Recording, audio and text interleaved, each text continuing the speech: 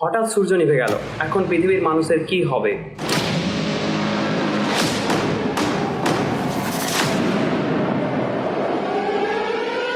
সাথে সাথে তুমি বুঝতেই পারবে না যে সূর্য আর নেই, কারণ সূর্য আমাদের থেকে অনেক দূরে। এত দূর থেকে সূর্যের আলো আমাদের কাছে আসতে সময় নেয় 8 মিনিট 20 সেকেন্ড। তাই তুমি যে এখন আলোটি দেখছো সেটি 8 মিনিট 20 সেকেন্ড আগের আলো। 8 মিনিট 20 সেকেন্ড পরই নেমে আসবে চিরকালের মতো ঘন অন্ধকার। এখন পৃথিবীর মানুষের বেঁচে থাকার জন্য 3টি জিনিসের দরকার: অক্সিজেন, খাদ্য, তাপ। অক্সিজেন, গাছ ছাড়াও পৃথিবীতে এত পরিমাণ অক্সিজেন রয়েছে যা দিয়ে মানুষের 1000 বছরেরও বেশি চলে যাবে। খাদ্য, যা একজন মানুষের কাছে 3 থেকে 4 মাসের থাকবে। আর তাপ, এখানেই শুরু হবে সব থেকে বড় ডেঞ্জার। প্রথম দিন পৃথিবীর গড় তাপমাত্রা 15 ডিগ্রি সেন্টিগ্রেড থেকে নিচের দিকে নামতে শুরু করবে। মানুষ আতঙ্কে থাকবে এবং সবাই কারেন্ট ও হিটার চালু রাখবে। দ্বিতীয় এবং তৃতীয় দিনে পৃথিবীর তাপমাত্রা 0 ডিগ্রি সেন্টিগ্রেডের নিচে নেমে আসবে।